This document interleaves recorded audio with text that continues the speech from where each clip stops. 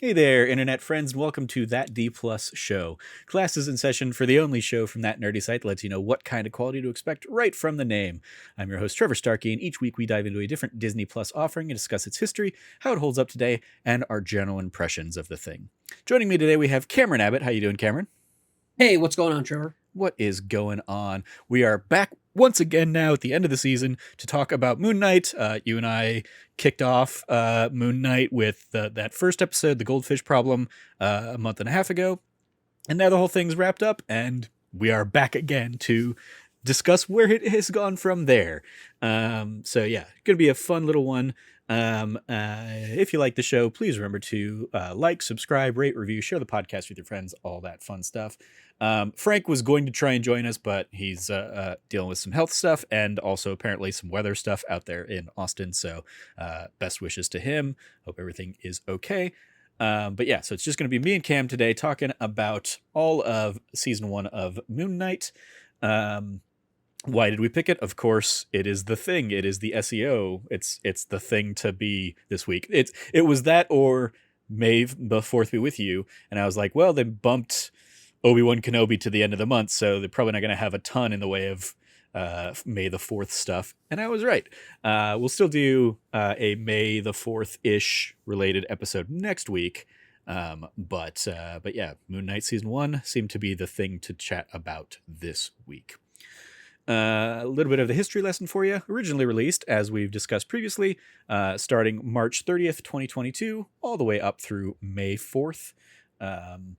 Episodes had a runtime of around 45 minutes. In the MCU timeline of things, we had the Eternals, the end of last year, as well as Hawkeye and Spider-Man No Way Home. And then this was the first little bit of 2022 MCU goodness.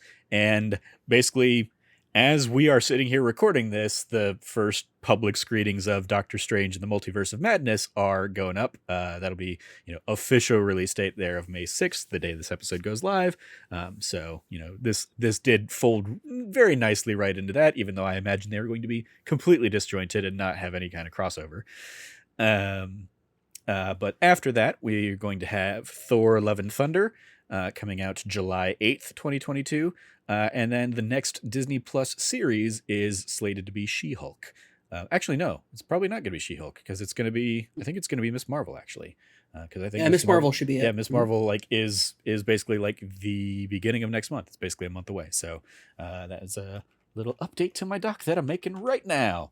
In between when we recorded the last one and when we're recording this one, we finally got our Thor: Love and Thunder trailer. So I just want to pick your brain on that real quick for a second there, Cam. What'd you think of the Thor: Love and Thunder trailer? Rock hard is where I'm at. Like that is the level of excitement I'm at. The level I'm excited for is just beyond just I've said it before and I'll say it again. Thor Ragnarok is my favorite MCU film. It's arguably the most fun I've ever had every single time I watch it. There's not a single time that I've watched it that I haven't burst out in laughter at some point. It is just such a fantastic film, and so getting a sequel once again from Taika Waititi coming back to do this, we're getting a kind of true, I don't want to say conclusion to Thor's story, but this is this next saga of who Thor is, because it's about him finding himself in a world where he is not Thor, the god of thunder, or is he? And it's kind of it's exciting. Mm-hmm. It's really exciting. I'm stoked. I can't wait to see what they do with it. It looks fantastic. I'm just absolutely stoked out of my mind for it. So yeah. A lot of the same kind of thoughts. I think it's going to have a lot of the fun humor of Ragnarok. And I think they really finally turned a corner and found what to do with Thor and Chris Hemsworth in that role in very fun and interesting ways. I'm excited to see Natalie Portman back in the role as Jane Foster / the mighty Thor. And yeah, I'll be I think maybe one of the things I'm most curious about is going to be, because it's Christian Bale is like the baddie in this one, right? Yeah, which it's wild. Yeah. Because like the character that he's playing is like a massive departure from its comic origin. Mm-hmm. To fit into this, and it's just like it's going to be exciting. Once again, you get like a great actor to play this like classic big time MCU villain to the kind of like clash with the kind of like abstract goofiness that is Thor and his crew of a band of misfits.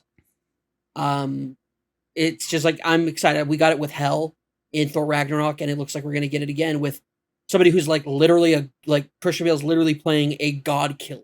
Mm-hmm. Which is just it's exciting because this is his introduction to the MCU. Yeah. Which is wild to think because he is like such a he is Batman for all intents and purposes for so many people. He is like the Batman. And so getting the Batman in the MCU is a big get. And like it's weird they haven't done more with the only thing I'm worried about is like we haven't really seen his character outside of like action figures like images that got leaked. So like we'll see what happens with it. I'm looking forward to it though. I've yet to be disappointed by anything Taika's done. Like he continues to just knock it out of the park. So Yeah, I was gonna say, I think like if we hadn't had Thor Ragnarok, I would say like there's very easily a case to be made of like, oh, is this just going to be another Malekith? And it's like, okay, yeah, you took like a great actor in Christopher Eccleston, and then just like gave him nothing. And I'll be very curious to see what Christian Bale does in this. But I think the Taika Waititi factor is just going to be like a fun element. And I think also in that same vein, like the idea that you have Russell Crowe as Zeus, I think is going to be another fun like. That's a cool casting choice. Let's see what that turns into. Especially with like the idea that Zeus is basically like the counterpart to Thor. And it's like, Thor who has gone on this journey of discovery of like responsibility and like really this tale of growing up, even though he's like a being that's tens of thousands of years old. And seeing Zeus as kind of like his counterpart. But we also got a taste of in Moon Knight. We get a taste of like what is the status of quote unquote the gods. Mm-hmm. Yeah, and we got a bigger look at a kind of wider scope of a different kind of pantheon than we're used to between the Norse pantheon, which were for all intents and purposes aliens that like came in to save the day during big events and then taking off. For all intents and purposes, using Earth as kind of like a playground. In the case of like we get that, and now we're getting the Greek pantheon, which for people who don't know, in the Marvel comics, Hercules and Ares are like mainstays of like Avengers comics and have been for decades. Mm-hmm. And so it's very cool to kind of like see where this is going with it. And there's also there's this like weird meta thing because Eternals, which we had not too long ago, plays with the idea of like they were actually the inspiration for Greek gods and mythology and some of that stuff. So like it's definitely a thing that Marvel, I think, has juggled just in its history. And it's interesting that like, yeah, kind of all of these roads are starting to hit really at the same time. And they're just being like, yeah, these things just kind of overlap. Like we get here, yeah, in Moon Knight of like, oh yeah, like Tawaret name drops the ancestral plane from Black Panther and stuff like that. It's like a cool, oh yeah, there are just multiple afterlives and there are multiple sets of gods. And we're just starting to, explore that side of things because we can, because they're 25 movies into this and they just kind of keep going nuts. The fact that people accepted Thor was like kind of that initial leap, like this idea of like a Norse god from mythology is like a main hero in Avengers, which we'd accepted for years in the comics, but in the same era that we had the Asgardians introduced by Stan Lee and Steve Ditko, you also have the Greek pantheon. You have a lot of mythologies brought in, including like the early prototypes of what would end up being what we now today recognize as the Eternals. And it's interesting too because it's like there's Thena. Like when we're talking about the Eternals, you have like literally one character is Gilgamesh. And for people who don't know, Gilgamesh is the like first documented heroic story that mankind ever created. We like anything that existed prior to that, we have no written record of. And so we literally got to see like this awesome dude who was like best buds with the inspiration for Athena, and he like it's great to see like kind of like this like age old mythology. And I'm really curious about, okay, so we know like Icarus and these other people, they were in the inspiration for a lot of these stories, and like these gods, but also like, so where does that fit with where everything else goes into it? And what does it mean when we have now multiple Titans we've been introduced? We were introduced to the brother of Thanos at the end of Eternals. Where are we ending up on this? And it's really cool to like look at it. And I think that it's also particularly interesting, is a note that I thought of while watching the last few episodes of Moon Knight is it's interesting to see how hands-on the Egyptian pantheon it's like even still is. Mm-hmm. Because even though many of them have like gone into hiding with their avatars, you have gods like Khonshu, and I keep on forgetting her name, the hippo goddess Tawara. Owara. She like they're still doing kind of like their job on like some level or another. And it's interesting to see like that level of commitment to mankind. But there's also a twist to that because we like of the ending that we get at the end of this episode of like, you know, what is kind of like the long-term plan for what is the future of Moon Knight. So it gets interesting, and I like that they're playing with it. I like that they're going really expansive with it, and they're not pulling any punches on it. It's like, hey, we introduced Thor, who's literally the Norse god of thunder, and guess what? In this movie, we're going to introduce Russell Crowe as Zeus. Yeah. Let's sorry, yeah. Enough about Thor: Love and Thunder. Yeah, we will circle back to like I'm sure we'll cover that and in a future That D Plus show. But yeah, circling back to Moon Knight, and there is like an element there that we'll dive into when we talk about kind of like our thoughts that I want to circle back to as well. But yes, diving into the Moon Knight, a lot of this will kind of be a repeat of what we already discussed. Because this was a relatively small cast for the duration of the 6 episodes.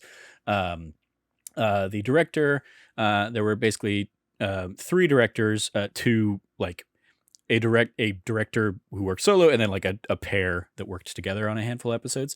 Mohammed Diab, who we mentioned last time, directed The Goldfish Problem, The Friendly Type, Asylum, and Gods and Monsters. It's basically episodes 1, 3, 5, and 6. And then Justin Benson and Aaron Moorhead worked on Some in the Suit, The Tomb, and Gods and Monsters. So Gods and Monsters, the finale was basically like all hands on deck kind of episode. And then other than that, it was like 1, 3, 5, and 2, 4, 6.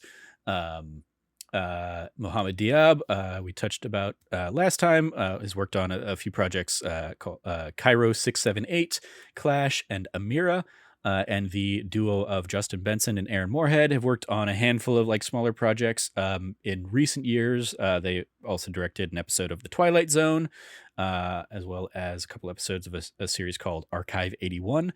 And they are apparently, according to IMDb, slated to direct the first episode of season 2 of Loki. So we will see how that plays out. Yeah. I have thoughts about that. Okay. Do you want to dive into them now? I mean, we can. if they are related to the directors, sure, yeah. Yeah. There was so the episodes that the I'm sorry, his name, I can like pull up the doc and see his name here. Mohammed Diab. Yeah, Mohammed Diab. I felt his episodes were definitely the strongest. There was basically my favorite episodes are the ones that he directed. That's like, and like that's basically it. It's like I have thoughts. Like my thoughts are like I definitely think that there was a like the kind of like overall overarching arching vision of what Moon Knight is as a series. I think was like strongly held, like put together in those episodes, and not so much in the other episodes. But like that's basically like you could feel the difference in direction from what I Mm, could feel. Like okay. I felt there was a difference in direction, and I think that it did not like there was a slight shift in like directional tone because of that. That like I didn't care for as much, but we're basically the only thing I have to say about this, and we'll get into it later, is like minor gripes. But I so mean, I digress. interesting, because I would say, like, until I looked this up, I did not notice such a shift. Or the shift I noticed was there was like all of the Egyptian stuff, and then there was the asylum break at the end of episode 4, the tomb, which the duo worked on, and then you get like the full asylum episode that for me is the standout episode of the series. Mm-hmm. But like, I mean, like, even that, I kind of just view the like prior at the end of the prior episode into that episode as kind of like one thing structurally and stuff. So like I was not actively thinking like, oh, this was directed by like this idea, and like it flowed together for me, um at least in terms of like the overarching thing. But I will say like that the earlier episodes in general didn't hit for me as much. I Mm-hmm. think my overall thing is going to be like Oscar Isaac, great throughout.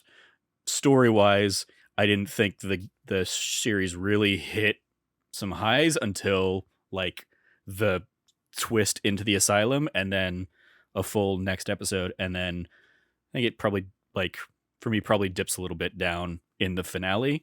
um but yeah, we can talk about that a little bit more later. We talked about this before, but the writer of the series, Jeremy Slater, having worked on films like Fantastic Four in 2015, Death Note, he's worked on the Exorcist TV series, and Umbrella Academy, and he is slated to be the writer for upcoming Wile E. Coyote and Mortal Kombat 2 films. Uh, Starring, we have Oscar Isaac as Stephen Grant, Mark Spector, Moon Knight, and Jake Lockley. Of course, best known from projects like Inside Llewyn Davis, Ex Machina, Star Wars, X-Men Apocalypse, Spider-Man Into the Spider-Verse, and most recently Dune. And he is slated to be Solid Snake in the eventual, assuming we actually get it, Metal Gear Solid film. Ethan Hawke in here as Arthur Harrow, from the Before trilogy, Before Sunrise, Before Sunset, and Before Midnight, as well as Training Day, Boyhood, and he's going to be in the upcoming Knives Out 2.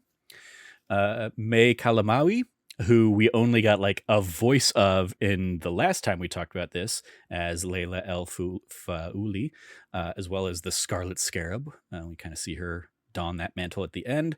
Has worked on things like The Long Road Home, Rami, and she was in NBA 2K21. She was a performer in that. F. Murray Abraham as the voice of Khonshu, Oscar Award winner for Amadeus back in the 80s. He's also in The Last Action Hero, also in Inside Llewyn Davis, The Grand Budapest Hotel, Homeland, and he's in the series Mythic Quest on Apple TV+. Kareem El Hakim playing the Khonshu performer, primarily a documentarian cinematographer, and he also acted in the film Paranormal. The two that I'm adding to this one, based on kind of roles over the course of the season, Antonia Salib as the voice there of Tawaret. This is her debut. This is the only thing on her IMDb, so shout out to her. She, I thought, did a fun job kind of filling that role and embodying that deity. And then I want to give a shout out to Michael Benjamin Hernandez, who served as the double for Mark Spector and Stephen Grant when Oscar Isaac was acting opposite himself, and that is Oscar Isaac's brother. So he basically brought his brother in to to act opposite of for a lot of those shots. That makes sense. Yeah. If you're looking for somebody who probably like my brother and I don't share this, but like most brothers usually share like same kind of like build, general build, and they share half their DNA with each other, so it makes sense. Yeah. But yeah, no, that makes sense. Some additional trivia there. I didn't pull a ton in here, but as I said, Layla El Faouli transforms into the Scarlet Scarab. It's basically they've gender swapped kind of the role from the comics, but it is like I believe her father in this series is typically who has that mantle. It was like her whole role is kind of like a blending of a couple other characters, while being, original to the series here. He was kind of teased throughout, but we finally, in this final episode, get Moon Knight's third persona in the form of Jake Lockley. Teased throughout the season, he makes his formal debut there in the finale, in the mid-credit sequence. And then the last little bit in here that I definitely didn't catch like on a first watch is that at the end of episode 4, when we do kind of make that, switch into the asylum, the other people in the asylum, both the inmates and the guards, are characters that we've seen throughout the rest of the series, including like Steven's boss from the museum, the cops that pick Steven up, or pick Steven / Mark up in Egypt, is it Egypt, or are they still in London? I don't know. Basically, some of Harrow's goons are in there. They are originally in London. They go to his apartment. There you go. Thank you. And then also Crawley, aka the living statue, is one of the people there in the asylum as well. So I thought it was a fun little thing to it can very much be like, oh, they're just extras, but like on a second viewing, there's a lot of things I think in this series that kind of do an interesting job of like, oh, there's actually like a deeper meaning, or there's like it's almost that like what is it, like the red dress woman in the Matrix or something like that. It's that kind of vibe to it of like, oh yeah, those are actually people that we've seen before. We just maybe weren't thinking about it in this context or something. But so yeah, okay. All that out of the way. What did you think overall here with Moon Knight season 1, Cameron? My overall thought was I really enjoyed it. I really, really enjoyed it. I loved the performances that we got. I think the fact that Oscar Isaac and Ethan Hawke absolutely dominated the screen every time that they were on it, and they were an incredible duo. Just opposite of each other.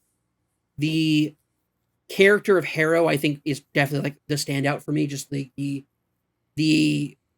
capability that an actor of Ethan Hawke's caliber brought to this role, and just this like incredible, like down to like just these character details, the way that you can, if you just, in whatever scene he's in, if you listen closely, you hear the glass in his sandals.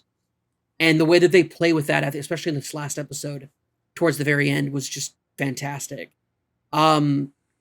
It's truly like phenomenal casting in regards to the show. I just think that there were a few kind of like overarching structural issues.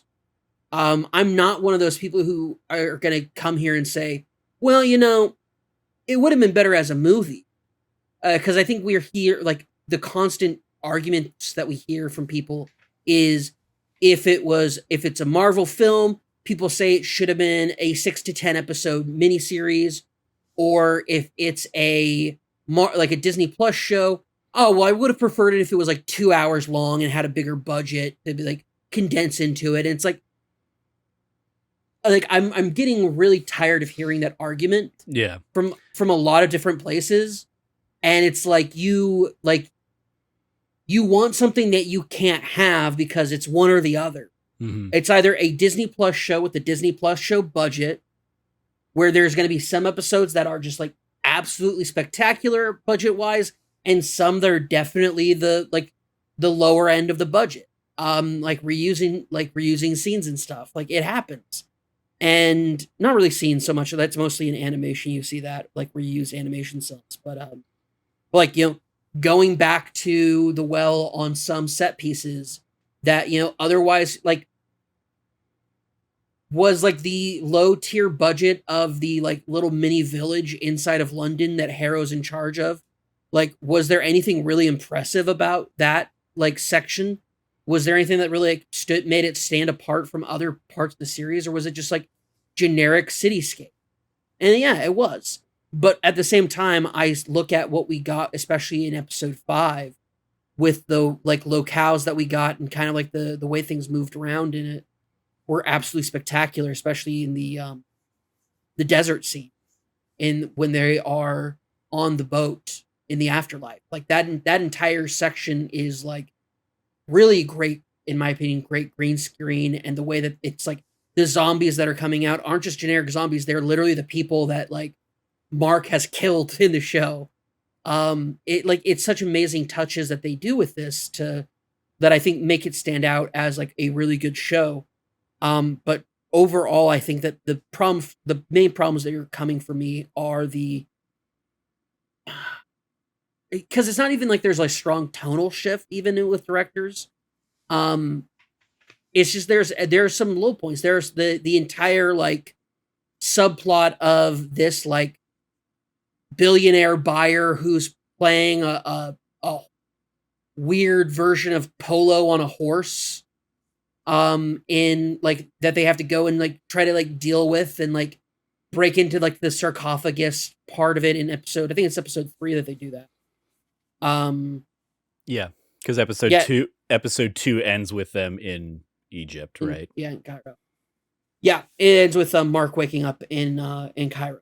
And like, so you have that happening, and like I know why they did it, but we get such better scenes between Layla and Mark and Steven, that they are like that entire subsection of well, she used to date this guy, and I'm like, we already kind of got a clue into her kind of like smuggling past when we saw her at the beginning of episode 3 at the shop where her fake passport was being put together. Like, I felt like that accomplished far more in that scene than we got later on with this Playboy.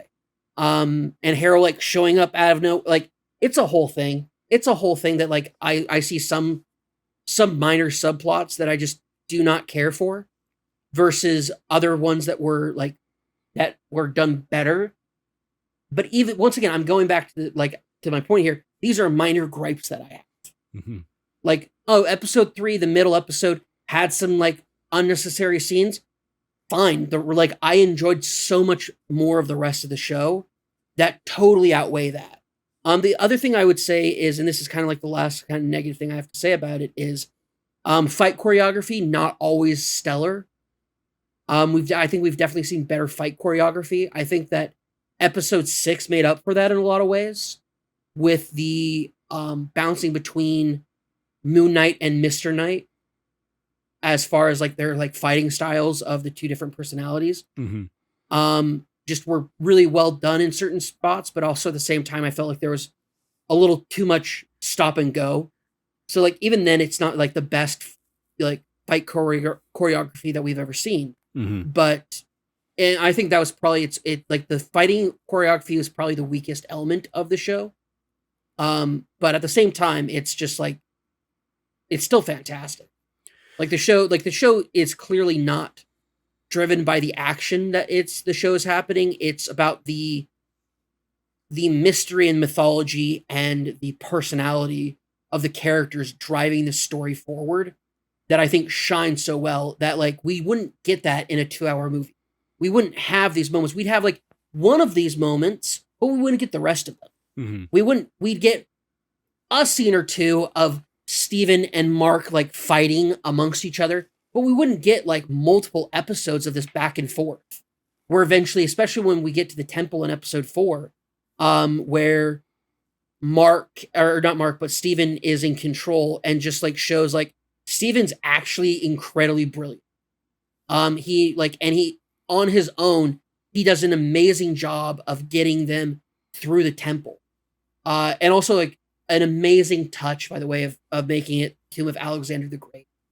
Mm-hmm. Like what a just like c'est magnifique, like touch of like history, especially talking about, and once again, tying in this like the idea of the Macedonian, Grecian, Mycenaean, and Egyptian cultures of the Mediterranean, all kind of like having these like wild crossovers, and the idea of like, oh, was Alexander the Great an avatar of an Egyptian god? Like it gets into, or is he just like part of like a sect of people who are keeping the statuette hidden? And it does such an amazing job of playing with that and like the characters driving it forward. But I really can't emphasize enough how much Oscar Isaac and Ethan Hawke just like blew me away from episode. Just especially when when like watching interviews of Ethan Hawke talk about the like what I really think is like one of the most character defining moments is in the beginning of episode 1 when he's breaking the glass and putting it in his sandals and then walking away and listening to Bob Dylan, and like hearing Ethan Hawke talk about how they came up with that scene is brilliant. And I love the idea that we are going to be able to get moments like these, purely original moments driven by actors and directors kind of collaborating together because this is a show. Mm-hmm. I don't think we get that Bob Dylan moment with the glass in the sandals. I don't know if we get that if it's a 2-hour movie. Yeah, I mean, to that point in general, I think that's always a like a criticism that gets lobbed without like significant thought behind it. It's thrown out there as a shorthand of I didn't like it, and this might have been what would fix it. I think, like, and that goes back to like the Netflix Marvel shows of like, oh, I think there's too many episodes. I think if you cut episodes out, it's like, okay, yeah, but if you do that, you're also cutting out things that you're not even factoring in, or you're going to cut out the things that you liked. In the same vein of like, yeah, saying Eternals should be a 6-episode series, like, okay, but I feel like if you were bored with Eternals as a 2-hour movie, you're going to be bored with Eternals as a 4.5-hour 6-episode thing. Yeah. I don't think adding more of that is going to like improve it the way that you think it's going to improve it. And same with the inverse here of like, if you try to condense this, you're gonna inevitably lose things.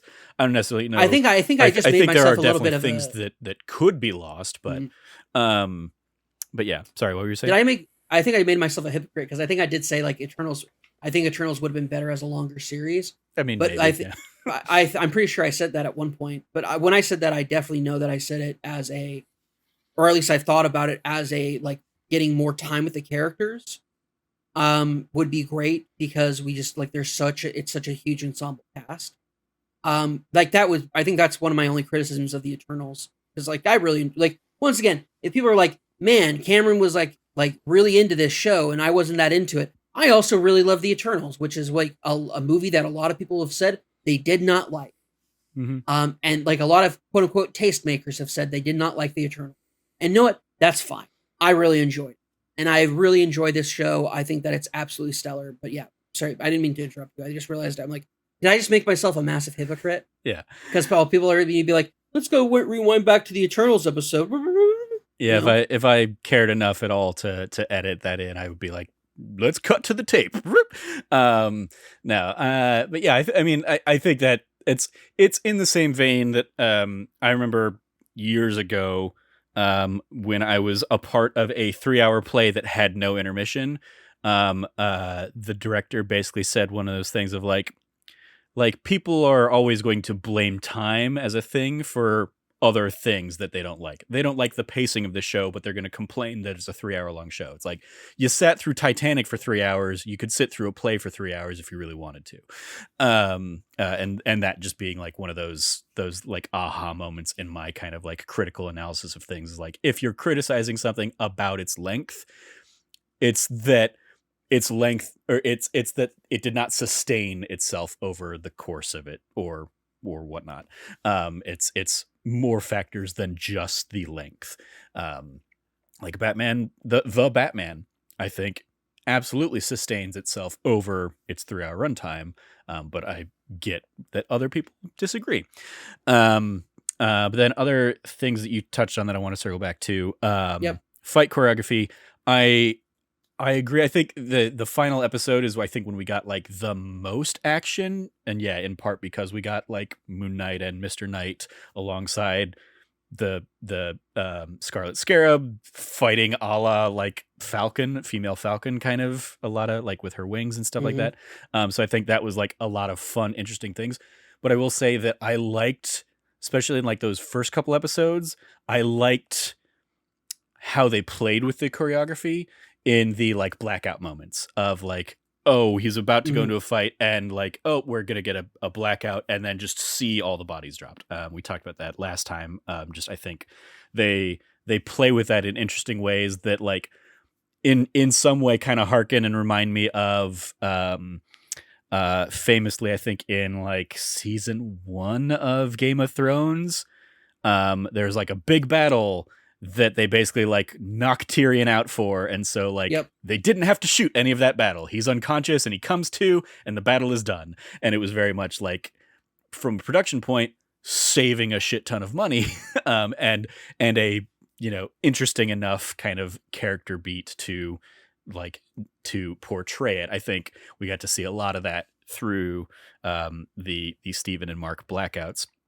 And I think that also factors into like this the kind of ongoing question throughout the series of like, is there another person in there? And I think we Hmm. by the end we kind of realize, oh, some of those like black-ins that we were seeing were not Steven coming back in from Mark, but Steven or Mark coming back in from Jake, um, in fun and interesting ways. So yeah, I appreciate that. I agree that I think the detour into and you said you made the reference to like he was playing some kind of polo. I know that it is, and they mention it in the episode that it is some kind of like Egyptian sport. So I don't want to be derisive or dismissive of Oh, that's that. fair. It That's is true. it is very much like Yes. it was a cultural honoring and celebration kind of element, and so I appreciated that just in the Okay. moment. But it's still like it's a cool vibe in the moment, but I don't necessarily know that it like really added to the show a ton, apart from setting the stage for that action sequence for the fight that he would have kind of there in the arena. So I That's guess interesting. like in that regard, I Yeah. think that like it's at least a an appropriate setup for it, but I don't know if overall it needed to be there at all. Would be That's fair. kind of my criticism in that it feels almost like that that Uncharted or that Indiana Jones or that Rise of Skywalker kind of vibe of like, we're going to this thing to get the next thing to get to the next place we need to go. And in that case it was like, okay, we're going to this thing to get a sarcophagus so that we can find a star map so that we can rewind the stars to 2000 years ago. And it's like, okay, like when I look back on this show, elements like that are going to be a significant blur. Like I'm going to look back on the show and remember Hmm. like I really liked Oscar Isaac, I really liked Ethan Hawke, I really liked May Kalawi, Kalamawi. Um, but the story arc and like all of the Khonshu Amit stuff, I was like, I don't necessarily know that I'm going to care about that. Like I liked the struggle and the dissociative identity disorder stuff that Steve and Mark are dealing with. Um, I think that's fascinating. And again, I think especially when you take the like when they get shot and come to in an asylum, and it turns out that that's or we find out the next episode that that's the afterlife and they're trying to come into balance and stuff. I think that's easily like what I will think back on of this show and be like, oh yeah, those were like that hour of the show was really cool and really interesting and broached a lot of idea like fun, interesting ideas, which I want to circle back to one of the things we talked about earlier of like when we were talking about kind of Thor, God, Love and Thunder, like Tawaret isn't the god who weighs the souls or weighs the heart against the feather. That is typically Anubis. So there's like even Hmm. in this, there's this like idea of like there's something amiss. Like gods aren't doing the jobs they're supposed to be doing. And I saw an interesting theory that didn't end up kind of paying off in the finale there, but like this idea that maybe Hera was really Anubis, um, Mm. or the avatar of Anubis, not Amit, because Anubis is the one that weighs the scales, um, historically, and so that would have been like an interesting idea, and it all, you know, it's supported by Tawaret seemingly out of her element. She's reading from note cards to like introduce people to this. It's so Um, good. so yeah, it was like I think there's I think there was potential for like a more kind of intriguing element to like there are some gods that are just trapped in an Upchapti, and you know, like what does that mean? Do they all need to be freed? What happens there? Kind of thing. But yeah, like ultimately, it was it I think it is a very cool thing in terms of, you know, as we see a lot of times, like representation. The you know, the girl saying, "Are you an Egyptian superhero?" and Layla being like, "Yes." I That love was that like a moment. lovely I little love moment. that. Even the like Layla when like Tawaret is like making her the avatar, and they have like that little bit of physical comedy and humor and stuff. I think that was a fun little bit as well. I think a lot of the like Mark Steven fighting amongst themselves was like well done, and like especially like, I mean, going back to that first episode, the idea of like the physical comedy that Oscar Isaac is doing of like, you know, pretending, you know, another person is inhabiting this body and keeping this scarab from you and stuff like that. It's I think like he just did a great job throughout. And I think that's like the epitome of that is in the Asylum episode when we get kind of the like backstory and what led to, you know, the schism and kind of the tragedy of you know, young Mark Spector's life. Um and yeah, so I think I think the first few episodes I was like, I'm really liking Oscar Isaac and Ethan Hawke. I don't necessarily care about anything else that's going around. I think in part because each episode we were like in a different place. It was like I could never get grounded anywhere, which fits Yeah. within the theme of things, I guess. But it was like the only thing this show is giving me is to invest in those characters and those relationships and those dynamics, because people who were introduced at the museum, well, we're not going back to the museum. The museum's done. We're gone from there. We're not back in that like weird Bavarian town or wherever we went in that first episode. Like that's just gone immediately. And then yeah, suddenly we're in some other European city where Harrow has like a commune kind of thing. So like the like there wasn't a through line really until we got to Mark dying basically and it like then traveling back and getting kind of the origins of the character. It almost makes like it makes a case for like, hey, this idea of like, you know, skipping origin stories, maybe like origin stories exist for a reason. They help us get invested in these characters, and when it takes until the fifth episode to understand the origin of Mark and Moon Knight and Steven, it's like, oh, okay, yeah, now you're not giving me a ton of time to really like sit with this before we're back into like world ending giant crocodile god. Okay, oh yep, okay, and you know, blue or purple beams kind of going into the sky and stuff like that. um so yeah, I definitely like the second half of the season much more than the first, but I don't think the first was bad. It's just largely forgettable, save some really stellar performances. I think is kind of where ultimately I said. Admittedly, I haven't gone back and like rewatched any of that the first stuff. I think there even, but like thinking back, there are like cool little elements that I think get repeated and will pay off. Like the girl telling Steven, you know, must have sucked when you got, you know, dismissed from the Field of Reeds, Mm-hmm. plays differently when you've seen Steven die in the in the Duat. And I will say like to another degree, um, there is a cool element of I would not have been able to tell you about the Duat or about Tawaret or about, Amit or Anubis or so, like I would not have been able to dive into the Egyptian pantheon nearly as well as I could into the Greek pantheon or some of the or the Norse pantheon, thanks to all of the Norse things we've gotten recently. So I think there is a, like, even from that representational aspect, getting to really delve into a lot of those cultural aspects and just getting a cool, like, it's the, sneaking in the vegetables with the, or sneaking in the pill with the cheese or something that you do to a dog.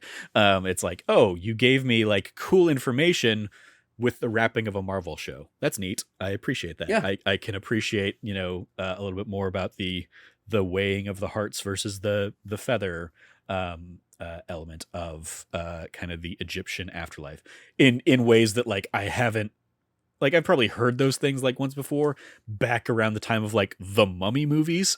Mhm. But those were very clearly like delving into things from a very different perspective. So yeah, I think there are cool elements of this show, but I really like the Asylum episode in particular is what I will think about when I think back on the show, and what will easily be the standout for me. Any favorite moments or anything you want to give some love to? I mean, I share a lot of them with you. I really think that I've already gushed so much about Oscar Isaac and Ethan Hawke, but I really think that the episode 5 is just like an absolute like stellar episode of television. Period. The way that they deal with flashbacks and they deal with perspective, and kind of the way that they deal with like, and they reveal like the reveal of it is like the origins of Stephen Grant, and we get that, and it's like it's shell shocking, and then the kind of like personal confession Mark has to Stephen in episode 6, where he like reveals it's like Stephen was something more than just another part of like his mind, or like, the disassociated identity. He was a constant companion and friend who was always there to protect him, and like was there to protect him from like really tragic, horrible abuse. Like in this show, they deal with like tragedy and sorrow and pain in ways that like I think were just so well done in episode 5. The way that they treat the way they treat Mark's guilt, and it's like, yeah, Mark's heart is out of balance. It's not just because there's two of them. It's because there has to be a reconciliation between these two hearts, because Mark is not letting Steven recognize what Steven actually is, because part of it's also like Mark is he is a guardian like type personality. And so he's trying to protect and keep Steven, who, and it's so interesting because like Steven was born out of a need to protect Mark. And or as an adult, Mark now takes moments to try to protect Steven. And it shows that there is like the amazing moments in episode 6 that are like emotional culminations of really awesome and fantastic moments that get kind of like teased at in the earlier episodes, are just fantastic. And and it's crazy to think that some of these best moments are literally Oscar Isaac acting against himself. Mm-hmm. To the point where like you feel different feelings for Mark than you feel for Steven, even though it's the same actor, it's the same person. Yeah. But I think, and that also ties into the way that I've really loved Ethan Hawke in episode 6, when he confronts Amit, and like she basically like calls him out, like, your soul is not in balance. You're not in balance. And he like, you just see, and like there's something about this.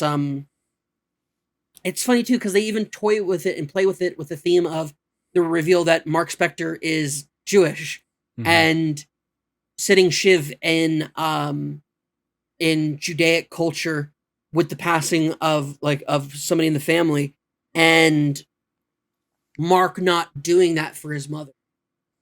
And it's like the question and really like this theme of guilt. And the way that they do it in a way that's not so in your face, like the typical I'm just gonna say the typical kind of like Christian guilt trip, like, classic Catholic guilt trip that you have, like, you have sins, you have burdens, like like these things. It's done in a completely different way that touches and like and approaches it in ways that we don't get to see in media in general, but especially in mainstream media. And the way that it just resonates with the guilt of these characters, whether it's Mark, whether it's Harrow, whether it's Layla, like there's something so great about these characters that I really enjoyed. And I like, and on to top it all off, you have like this awesome fight between Khonshu and Amit. Amit, thank you, Amit. Between Khonshu and Amit, that is just like a giant kaiju fight. And like I heard some people say they complained about that. I loved it, especially when Amit takes Khonshu's moon staff and like stabs him at the end of their fight. It's epic and it's awesome. And it's this idea of like, this like colossal power. But I also love that we also don't get the I was so afraid Harrow was just going to get like his own Moon Knight suit at the end. Mm-hmm. And they totally just like be like, nope. He gets like a little like a different version of like what he had at the beginning. But that's it. Like there's no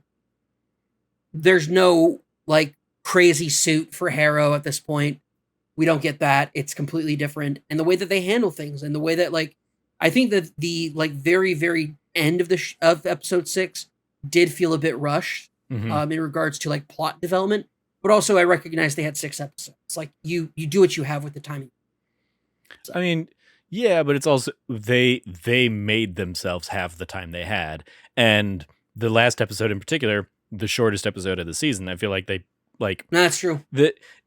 I think the weird abruption for me is like before we dive into the post or the mid credits thing of just like, okay, they snap out of the asylum again and they're there in bed and they're together at peace. There's 2 fish in there as a symbol of like their simpatico, and then they fall out of the bed and credits. And it's like that's okay. I mean, that is a way to end the show, sure. Mm-hmm. And then mid credits thing, which like you is coming because we've had 14 years of Marvel stuff at this point, and it's a payoff that a lot of people had kind of seen coming through the series in a fun, interesting way to see like that Jake is the far more brutal persona that like when Khonshu agrees to free Mark and Steven, he's like, yeah, okay, I'll free you guys. That's no problem. Because they're completely oblivious to, or not completely oblivious, because they do realize that they're blacking out and it's not either of them at points, but they don't know Jake. They saw the sarcophagus of Jake in the asylum, which I will say there's also like an element there of like, well, then why didn't like Jake's heart need to be factored in for the the weighing against the feather kind of thing? And I did see like one kind of theory that was like, well, they're already in balance with that persona because that is just the vehement rage, and they needed to be in like concert with one another to balance against that rage. And it's like, okay, I guess, but the show doesn't really do a good job of showing or explaining that. I don't think that's it at all. I actually think my personal thought on it is, at the end of the day, it's still like, yeah, we might have seen 2 hearts get pulled out of each of them, but at the end of the day, like part of what they have to deal with is Steven as a personality reconciling like that he is not the original. And tying that also in with like Mark, like, because at the end of the day, Mark's heart was not in balance. Mark being, from what we can gather, the original personality and the original person who lived and then created these personalities to deal with the trauma of his life. Like, at the end of the day, it's Mark's heart that had to be in balance. Yeah, I guess I would say from a visual storytelling perspective, though, they spend an entire episode saying you two need to be in balance, and then they kind of pull the rug out at the end and be like, oh, also there was a third guy, which just leads to the question of, okay, well, why didn't they need to be in balance with that one too? And like you can come up with a myriad of different theories. We've just Like, done who's to two say of his? them, but it's like Yeah. the show doesn't the show just throws that out there as like we're not going to address that at all.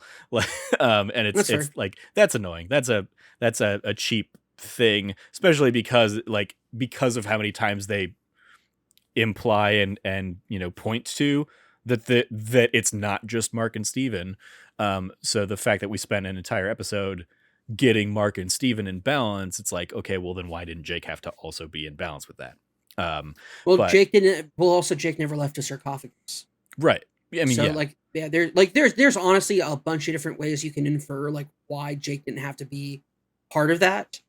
And I think like it's easily explained away. Like and like to the point where it's like, honestly, we could have a director in an interview be like, well, this is why, and then it's done. Like, Yeah. that's the explanation. Honestly, like there's 1,000 different ways. At the end of the day, we literally had like the remnants of the Egyptian pantheon, like brutally murdered by Amet, and like as she tried to like Ghostbusters her way into like a giant storm of souls to swallow up. Yeah, that was the other thing I was gonna say. Like with regards to the kaiju fightness of it, it didn't bother me, but at the same time, I'm also like, I've lost track of.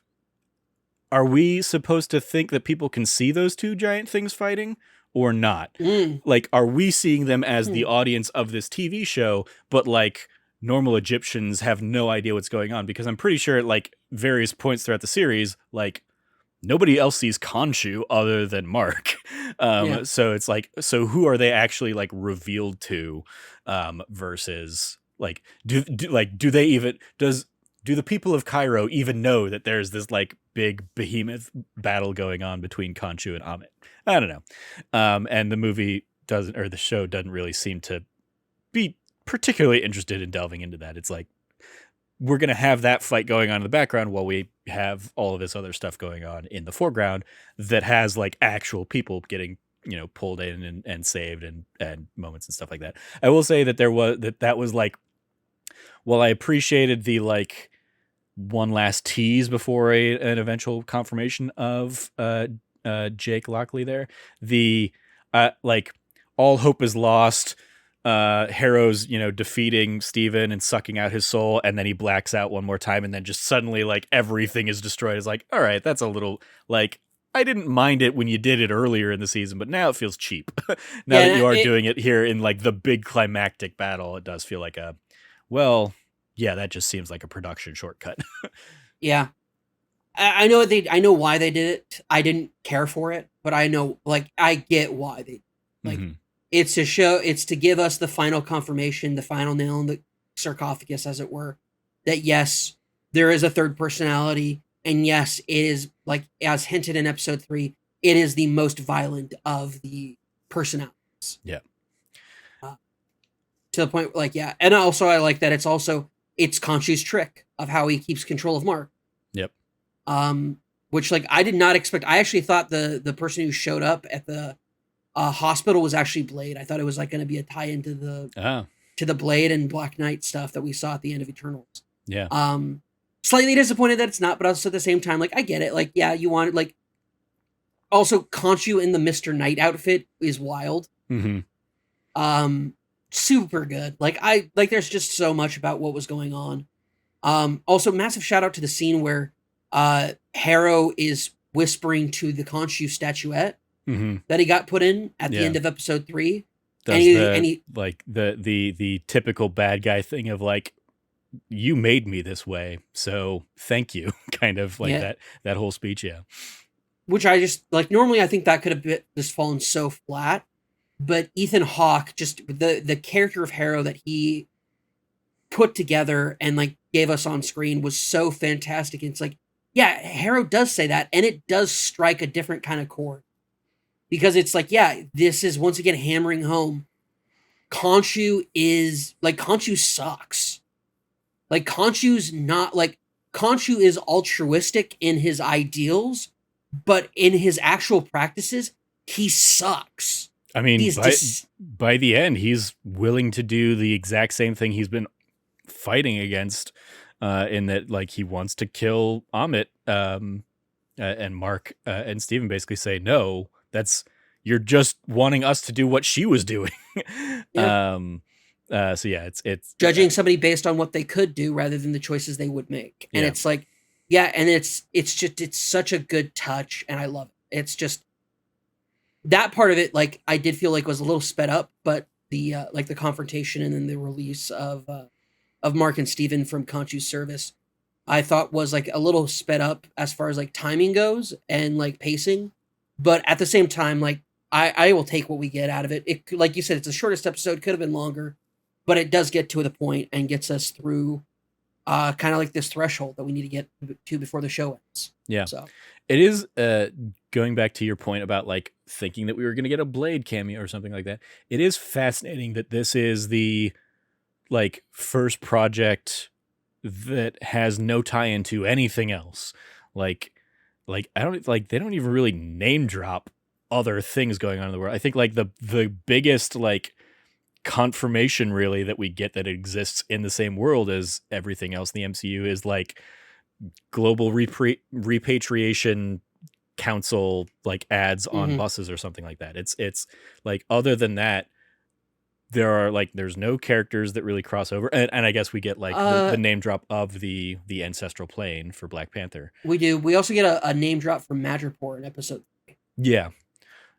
But yeah, it's such a like just a this is its own thing.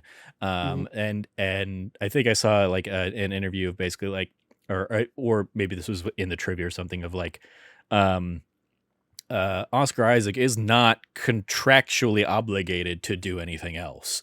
No, he's not. It's So yeah. like they may do a season 2, but if they do, they're gonna have to like renegotiate and bring him back and all that stuff. And same to like put him into any other movies if they want to do that. So it'll be weird if this ends up just being like this weird little standalone one-off thing of just like a great performance from Oscar Isaac, in the same way that like we got, I would say, like, I mean, this obviously, while structurally very different, I think this worked as an incredible showcase for a performer in the same way that WandaVision did for Elizabeth Olsen. And like, in getting more time dedicated to their characters, I think like the Disney Plus model is really great for giving a performer a real chance to shine in these roles. And yeah, like Moon Knight and Mr. Knight was fun. The banter between Steven and Mark was fun. When they finally kind of get on the same page, you get a lot of fun there. Just like a stellar performance all around from Oscar Isaac again. And Ethan Hawke, very fun antagonist against him.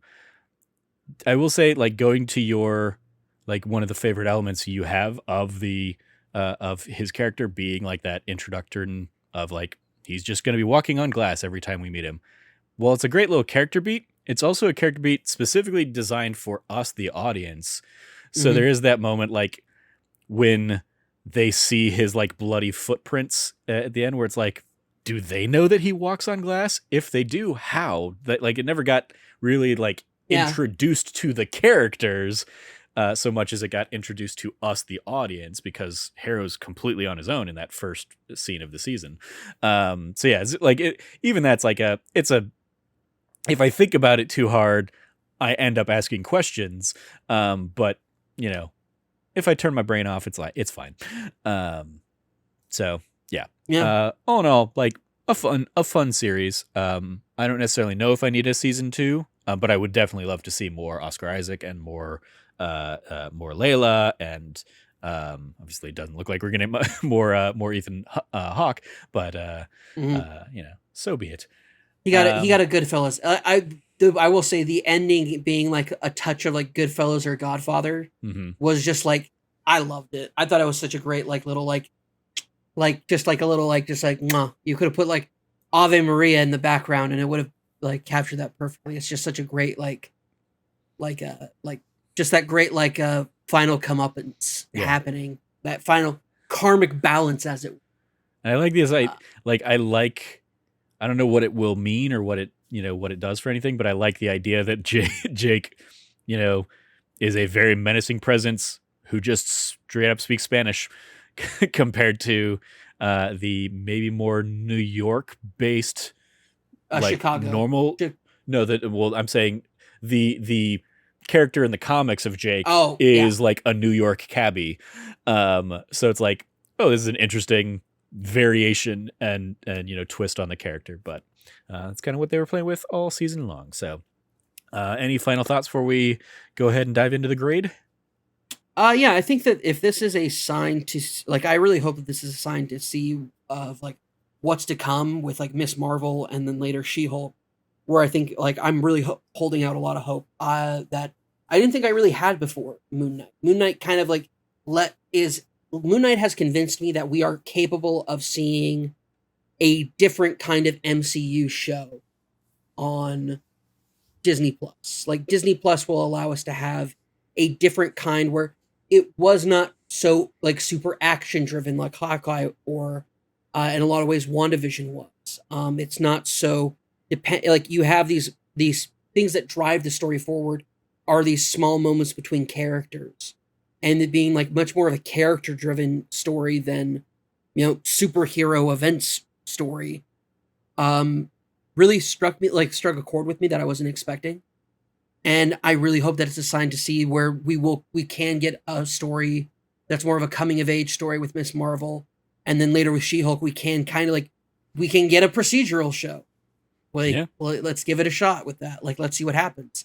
I'm excited. Yeah, it is interesting. I think kind of you mentioning that, like, there's this because the end of episode 3 is when Conchu basically gets like taken, or like that was the episode where they do the star thing, right? So Mhm. so effectively episode 4, 5, and half of 6, Mark Spector is not Moon Knight. He doesn't have the powers or Yeah. whatever. So it's like, yeah, for almost half of this series, Mark was not actually the titular character Moon Knight, and it was much more just an examination of the relationship between Mark Spector and Stephen Grant. And most of episode 1, because we're seeing it from Steven's Yeah, perspective. very true. So Yeah. like he's never Moon Knight until the very end when he hands things over to Mark. Yeah. Yeah. No. Yeah. All right. Well, let's dive into the report card where we grade it from A+ to F. What do you want to give Moon Knight season 1? I'm gonna give it an A-. I think that it's still pretty stellar. I think it could have been in the B+ territory, but I think just the way like the characters and cast that you have in this show really do lift this up to be greater than the sum of its or sorry, to make it greater than the sum of its parts. It's put together in a way that is just done masterfully by some really incredible actors who are just doing Oscar Isaac just does a masterclass in playing against yourself in a way that like I legitimately would forget that Oscar Isaac was just one dude. Mm-hmm.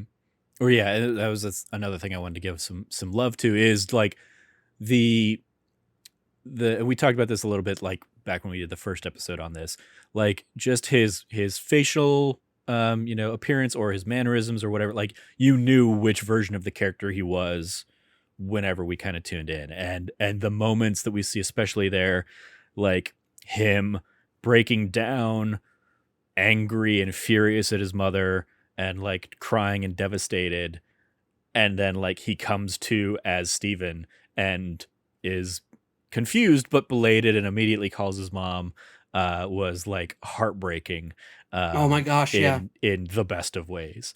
When his dad is at the window and like asking him to come in, and he has the cap on. He has like he's at the point where he's made the decision he's going to sit for his mother, and then he like you see the struggle of him trying to swallow the anger and resentment and guilt that he has, and he just can't do it. And then you have the schism where like, yeah, that moment where it's like, hi mom, like that entire thing, it is heartbreaking. It absolutely breaks your heart in a million pieces.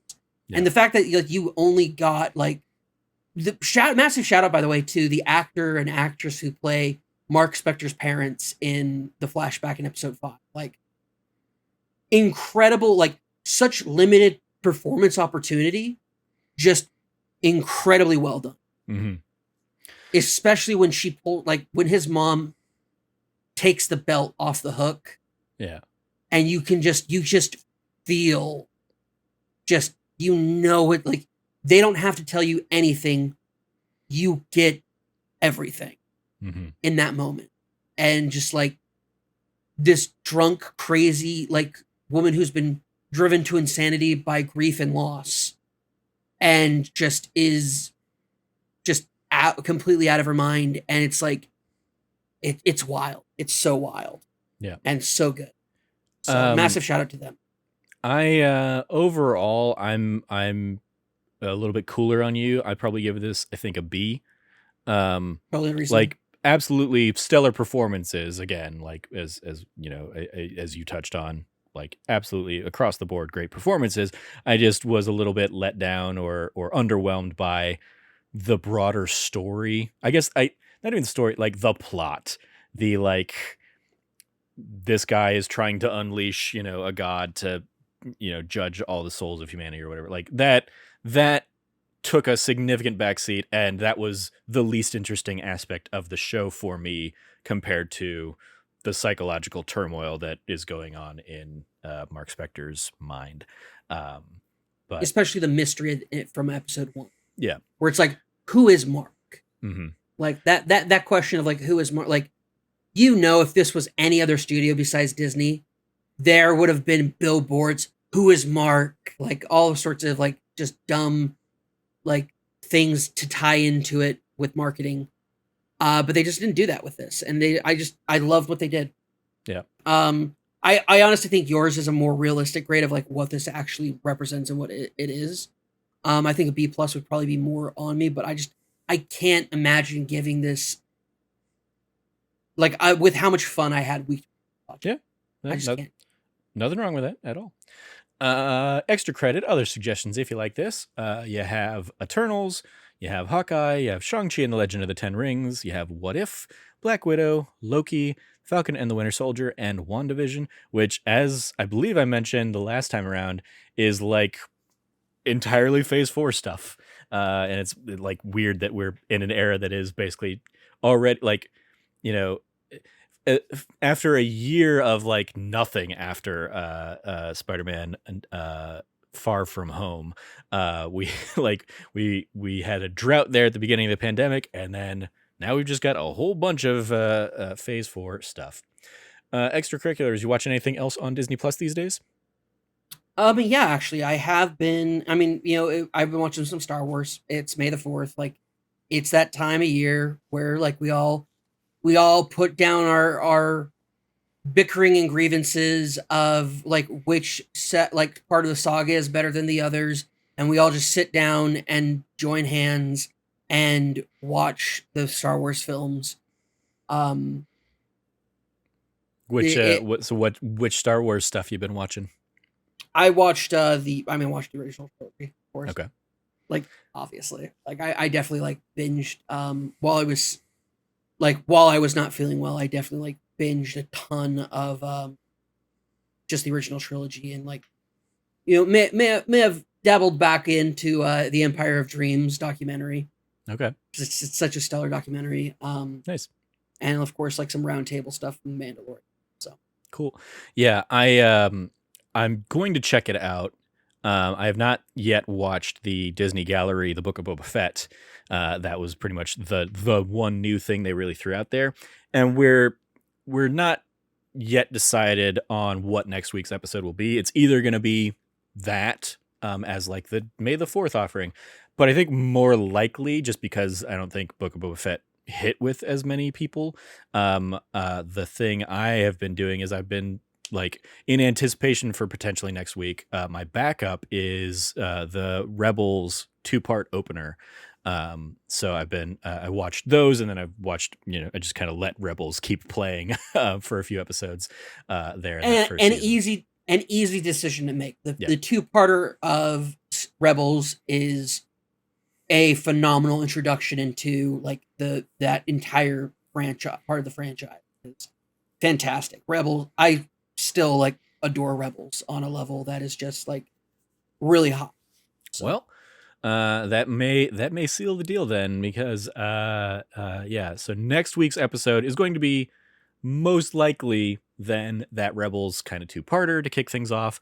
Then following that, we're gonna have an episode for Chippendale Rescue Rangers, and then we're gonna wrap up the month of May with the first 2 episodes. I don't know if we knew that they were gonna do 2 episodes day and date, but the Obi-Wan Kenobi series will basically be the final episode. Those latter 2 both like launch on the respective Fridays, so the episodes of that D Plus show may be pushed a day or 2 to basically give us time to actually watch the thing and then talk about it. But yeah, rather than like, okay, well, we're gonna watch it and then wait a week to record, my plan is basically like, let's watch it on Friday and then record on Saturday, and then I'll put the episodes up on Sunday those weeks or something. So that's probably what we're gonna do for later in the month, and then we'll get back to the regularly scheduled Friday stuff. But so that's what you have to look forward to for the rest of May for that D Plus show. And yeah, that's going to do it for this episode. Thank you, Cam, for joining me to wrap up and kind of come full circle on our Moon Knight conversation. You can follow Cameron at Rev Cabot. Anything you want to give a shout out to there, Cam? I do. I want to give a massive shout out if you're listening to this podcast. If you want to go ahead and check out some video game offerings, I was on a recent episode of RPG University with a friend of the show, with a friend of the site's Scott White. We talked about Deus Ex, Human Revolution, in regards to kind of like in light of the Eidos Montreal being bundled with the Square Enix sale of the Western Studios. So we really dive deep into that game and kind of like its themes and what it does. And it's a great episode. Getting to collaborate with Scott again was absolutely fantastic. And yeah, go ahead and go check that out. Very cool. Remind me, that was the first game of those 2, right? The other one was Mankind Divided? Yes. Mm-hmm. Okay. Right. I played Mankind Divided. I have not played Human Revolution. Human Revolution, arguably a better game. Okay, cool.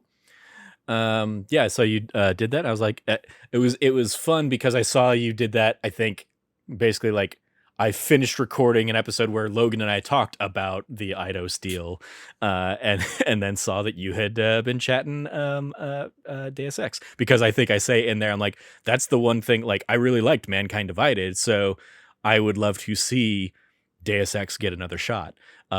In the same, and I basically compared it to I think the second chance that Hitman really got, by kind of being freed of the Square Enix side of things. So I'm hopeful that, yeah, maybe we'll see something like that. Very cool. Yeah, always love supporting RPG University. Scott does great stuff over there. Professor RPG, right? He officially switched his handle now. Yeah, he's officially Professor RPG now. There you go. Like farewell Solid Snake 4265 or whatever. I think it was Solid Snake 120. Yeah. Well, very cool.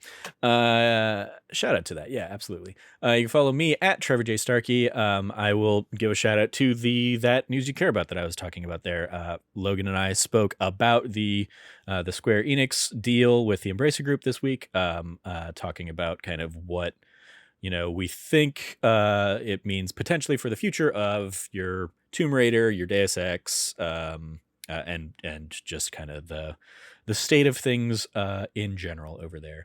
We didn't really dive into we kind of like mention that like the most recent things they've worked on is Guardians of the Galaxy and the Avengers, but we didn't really dive into, like, since those IPs are obviously not included in the deal, we were like, we didn't even bother to think like, what does this mean for the Avengers? Because I just kind of assume it means nothing for the Avengers. The Avengers is pretty much already a DOA. So whatever. Oh yeah. But yeah, go check that out. So yeah, go check out all that fun stuff. You can follow all the latest from us over at That Nerdy Site. Once again, if you liked what you heard, please like, rate, review, subscribe, share the podcast with your friends, all that fun stuff. Thank you for joining us. As always, stay nerdy, be good to each other, and class dismissed.